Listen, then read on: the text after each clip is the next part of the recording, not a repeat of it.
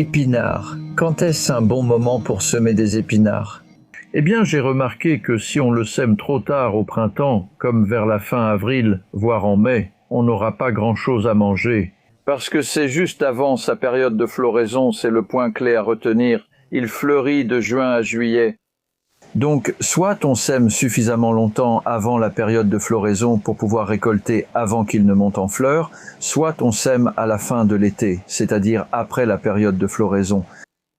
Et le résultat de cette méthode, c'est que vous obtenez des plantes qui donnent une récolte à la fois en automne et au printemps suivant, tant qu'elles survivent à l'hiver. Et ce qui est incroyable avec les épinards, c'est que quand on les regarde, on se dit que c'est une feuille qui a l'air plutôt fragile. Elle est tendre et tout. Mais en réalité, elles sont très résistantes et robustes face au froid.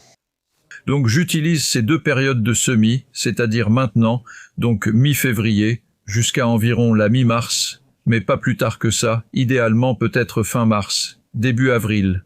Ajoutez une petite marge, mais surtout pas après le 5 avril environ, puis je sème à nouveau. Et la période la plus productive pour semer, selon moi, c'est la mi-août, voire même début août. En fait, comme ça, vous obtenez de belles plantes vigoureuses à récolter en automne et puis un petit peu en hiver. La plupart des hivers, sauf en région très douce, les plantes entrent en dormance. Le gel ne leur pose généralement pas de problème. Ce qu'elles aiment encore moins que le froid, c'est l'humidité. Et c'est là que je subis quelques pertes, à cause de dégâts fongiques en hiver, même un peu de virus en fait, mais je pense que cela vient de l'humidité. Donc à la mi-février, nous faisons les semis et je vais mettre environ 3 graines dans chaque petite alvéole. Et je cherche à obtenir 2 plants. Donc en général, je sème plus de graines que le nombre de plants souhaités, parce que je sais que toutes les graines ne germent pas. 3 pour 2 ici, puis je ne garderai que les 2 plus vigoureux par alvéole. Quand on sème de cette façon, il est en fait étonnamment facile de mettre plus de graines que prévu. Certaines de mes alvéoles auront donc peut-être 4 graines, donc ce sont de belles quantités généreuses de graines dans le paquet. Premier seeds direct et vous pouvez voir que les graines sont agréablement grosses, ce qui signifie que pour le semis, nous pouvons être assez précis. Regardez ça, en fait, pour moi, c'est un très bel échantillon de graines d'épinards. Je pense que, vous savez, quelqu'un les a tamisées. Je récolte aussi mes propres graines d'épinards. Et quand je fais ça, je n'obtiens pas un échantillon aussi gros ou des graines aussi grandes. Je dirais bien, allons-y. Voir une graine plus grosse que prévu ou que la moyenne est un bon signe. Alors, allons-y. Là, j'en ai eu 4. Mais la plupart du temps, j'en ai 3 par alvéole. Ces plateaux n'ont pas beaucoup de compost, ce qui est super parce que ça veut dire qu'ils ne vont pas être saturés d'eau et ça permet aussi d'économiser votre propre compost. Vous n'avez pas besoin de beaucoup de mélange. Mon mélange est composé d'un peu plus de la moitié de compost fait maison, de compost de verre, tamisé, et d'un peu de compost du commerce, de n'importe quel type en fait, qui est un peu plus fin, mais pas tellement plus fin en réalité. Désolé, il est surtout plus drainant. Vous pouvez ajouter de la perlite, mais je préfère le compost pour ses nutriments. Les graines ont besoin de nutriments pour germer et pousser, surtout pendant la croissance. Dire que le compost pour semis doit être pauvre en nutriments est faux. Allons-y.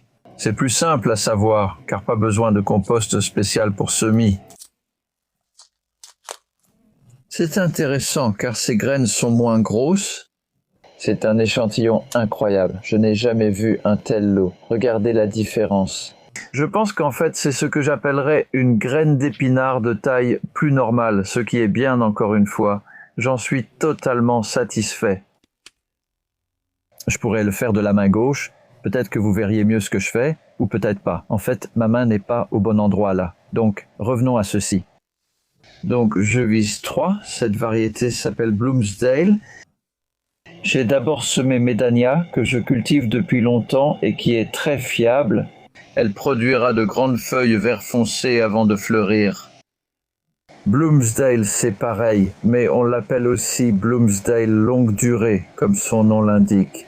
C'est le nom indiqué sur le paquet de graines, ce qui laisse espérer qu'elle va fleurir un peu plus tard. Donc j'espère que celles-ci vont bien pousser et qu'on aura l'occasion de voir si c'est vrai. Elles germeront dans la maison où il fait plus chaud, ce qui favorisera leur germination. Je vais les arroser avant, et comme ces graines sont grosses, je mets plus de compost dessus. On dit souvent qu'il faut mettre sur vos graines une épaisseur de compost équivalente à l'épaisseur des graines elles-mêmes. En d'autres termes, il suffit juste de les recouvrir, vraiment, et c'est assez précis. Il ne faut surtout pas mettre trop de compost sur n'importe quelle graine que vous semez, car cela découragerait la germination. Je peux en voir une ou deux, mais ce n'est pas important tant que la surface est humide. Elles resteront à la maison, je pourrais même juste les empiler. Je fais quelques autres légumes ici, avec un arceau en plastique autour d'eux. Donc voilà les épinards semés et on reviendra dessus quand on les mettra en terre dans environ 5 semaines, vers la deuxième moitié de mars.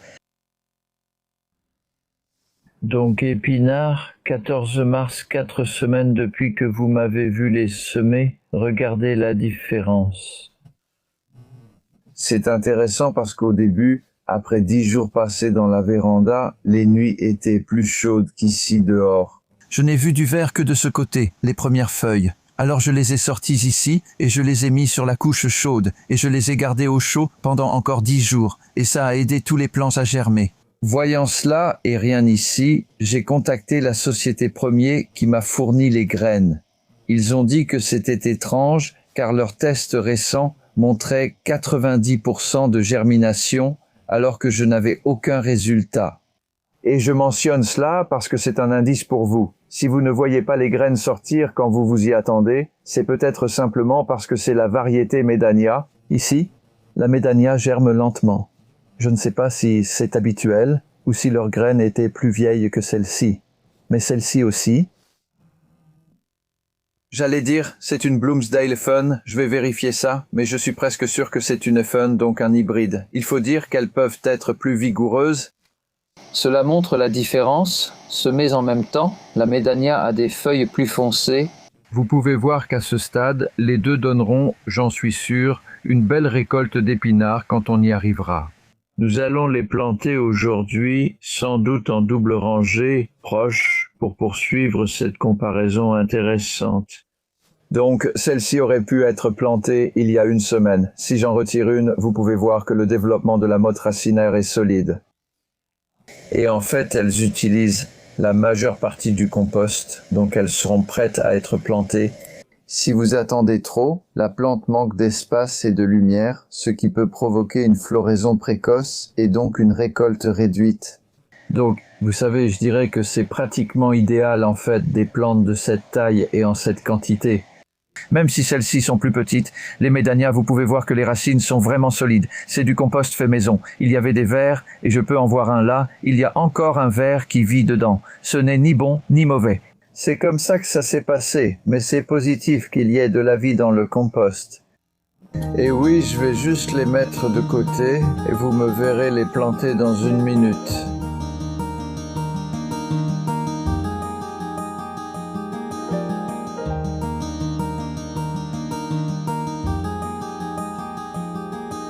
Donc, c'est ce que j'appelle la plate-bande près de l'abri, et c'est une seule plate-bande, pas beaucoup plus de 2 mètres, soit environ 2 mètres de long presque, 1,20 mètres de large, soit 1,1 mètre. Ici, nous avons les épinards et nous allons faire une petite comparaison de chaque côté de l'ail que j'ai planté en octobre dernier.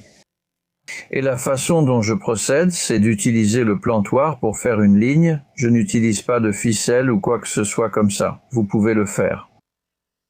Si vous manquez d'expérience, cela peut donner un résultat plus fiable ou précis. Mais moi, je fais l'espacement à l'œil. Ce que j'essaie vraiment de partager, c'est qu'il faut le faire assez rapidement, sans y passer trop de temps, puis ajuster l'espacement. Donc les épinards ne sont pas un légume à longue saison. Ils resteront en terre pendant 2 mois et demi au maximum. Il sera récolté avant l'ail, laissant à ce dernier plus d'espace et de temps pour pousser. Donc, je le plante assez près de l'ail en fait, et ensuite je pense mettre probablement des carottes et des oignons nouveaux à cet endroit. Donc ce sol carré offre beaucoup de possibilités de plantation, c'est excitant et... Vous savez, j'espère que vous en tirerez aussi des idées. Comment pouvez-vous faire cela? Vous n'êtes pas obligé de laisser beaucoup d'espace entre les plantes. Vous n'êtes pas obligé de suivre ce genre de rotation sur 4 ans, ce genre de choses. Et j'exagère un peu là. Ce n'est pas vraiment le cas, mais ça fait croire aux gens qu'il y a beaucoup de choses qu'ils ne peuvent pas faire, alors qu'en réalité, ils pourraient les faire. Habituellement, je serais de l'autre côté, mais pour cette vidéo, je vais tout faire ici. La surface est sèche, comme vous le voyez. Je me suis demandé si je devais l'humidifier. Avec une surface sèche, pré-humidifiée facilite le creusement des trous, sinon le compost sec retombe souvent dedans. Si vous faites comme moi et poussez le sec sur le côté, je vais en faire 2 autres ici. L'espacement n'est pas tout à fait régulier, mais je vais mettre celle avec un seul épinard plus près dans les trous qui sont un peu plus rapprochés. Et ce sera la médania. Donc ce sont les plus petites ici. Et c'est aussi rapide et simple que ça. J'en cherche 2, mais un c'est bien aussi. Et j'ai préalablement humidifié ce compost. Oh, celui-là n'est pas vraiment sorti, donc je vais m'en occuper. Celui-là n'en avait qu'un, c'est pour ça qu'il ne sortait pas très bien. Celui-ci en a 4, donc en fait il en avait 5. Je vais en retirer 2 pour en laisser 3 dedans. 2 ou 3 pour moi, je trouve que c'est un nombre qui marche vraiment bien. Avec les épinards, si tu veux juste des feuilles de salade, des petites feuilles d'épinards, alors 3 ou même 4 seraient bien. Si tu veux vraiment des grandes, 1 ou 2, parce qu'on va voir quand on reviendra ici que ces épinards, à cette période de l'année au printemps, quand la luminosité est vraiment bonne. Quand elle pousse vraiment fin avril ou mai, l'ensoleillement équivaut à celui d'août ou même de juillet. La lumière, et donc c'est la lumière qui détermine la taille des feuilles autant que tout le reste. Regardez comme elles sortent facilement. Oups, celle-là était un peu profonde. Elles poussent en profondeur, mais les épinards un peu moins. Je ne sais pas si vous voyez. Il n'y a pas beaucoup de longueur de tige. C'est une petite plante trapue et compacte. Donc oui, je ne veux pas trop les enterrer.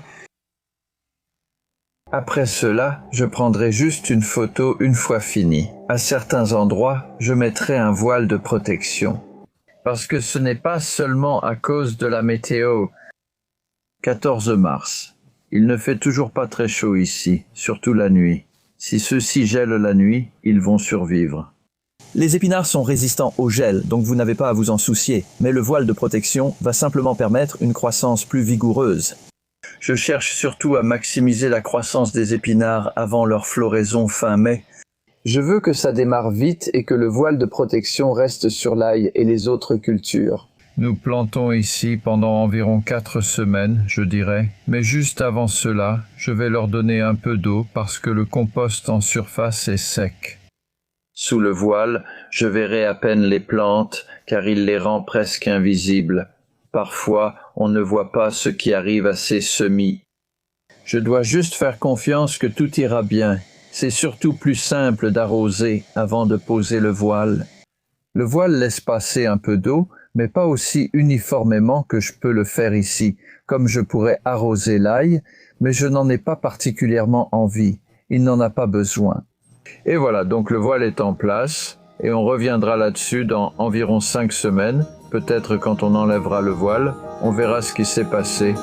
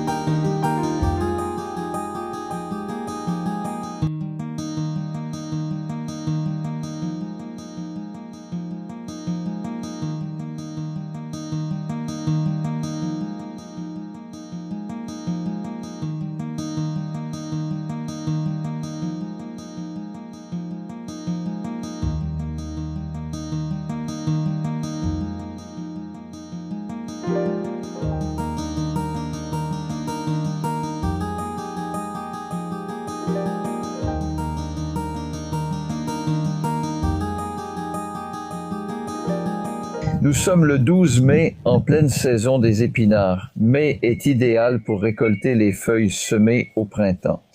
Regardez ces magnifiques médanias. Elles sont superbes, avec des feuilles épaisses et luxuriantes, ce qui montre que les plantes sont vraiment en forme et produisent bien. Nous en avons déjà récolté beaucoup, et si vous comparez celle-ci, la médania, avec la Bloomsdale Longstanding, qui a démarré très vite, j'aurais dû me demander pourquoi elle pousse si vite et ce qui va arriver ensuite. Cela peut caractériser les cultures à croissance rapide. Elles montent vite en graines, comme on le voit ici. C'est décevant. On l'appelle Bloomsdale Longstanding, mais ce n'est pas vrai car elle fleurit déjà. Celle-ci ne montre aucun signe de floraison, contrairement à la Bloomsdale. Donc ce que je pourrais faire, c'est cueillir quelques-unes de ces feuilles, et alors vous verrez les nouvelles feuilles qui apparaissent. Vous savez, on a encore une belle récolte, mais ces feuilles n'ont rien à voir avec celles-ci. Épaisses et lourdes, et pleines de beaux épinards à manger. Elles paraissent assez grandes, mais comparées à la médania, elles ne le sont pas. À l'avenir, si vous voyez une tige florale au centre, cela signifie que la récolte sera bientôt limitée. Vous pouvez l'arracher, vous pouvez l'enlever comme ça, mais ça va juste en faire pousser d'autres. Des hampes florales plus bas sur la tige, avec moins de feuilles. Il ne reste probablement que 10 jours de récolte intéressante, alors qu'elle pourrait durer 1 mois. Donc, choisissez la médania.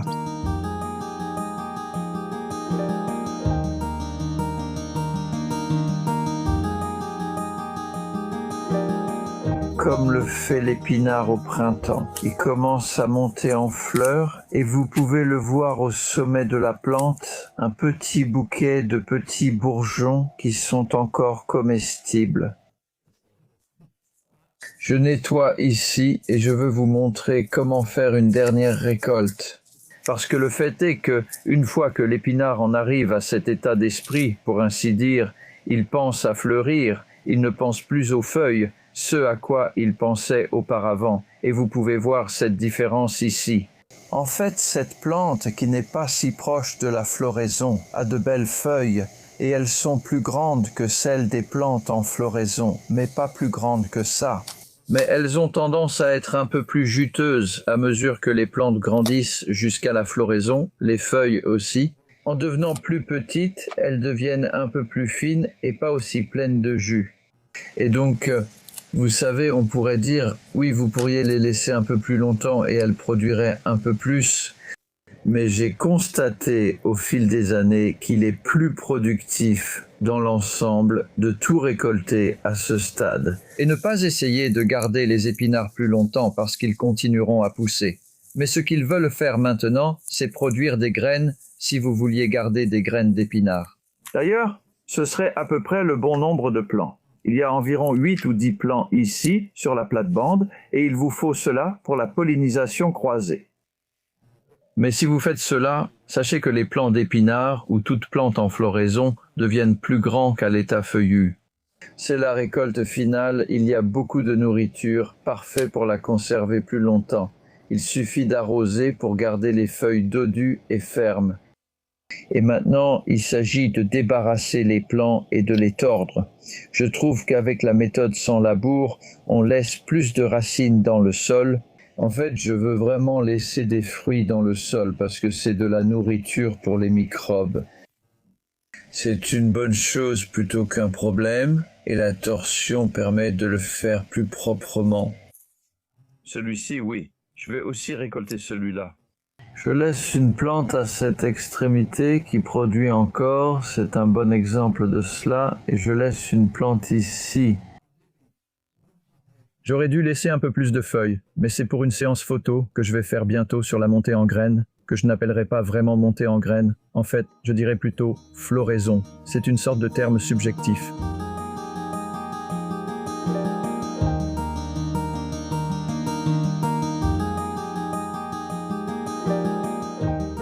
Nous voilà maintenant le 24 octobre, nous avançons rapidement vers l'hiver, malheureusement.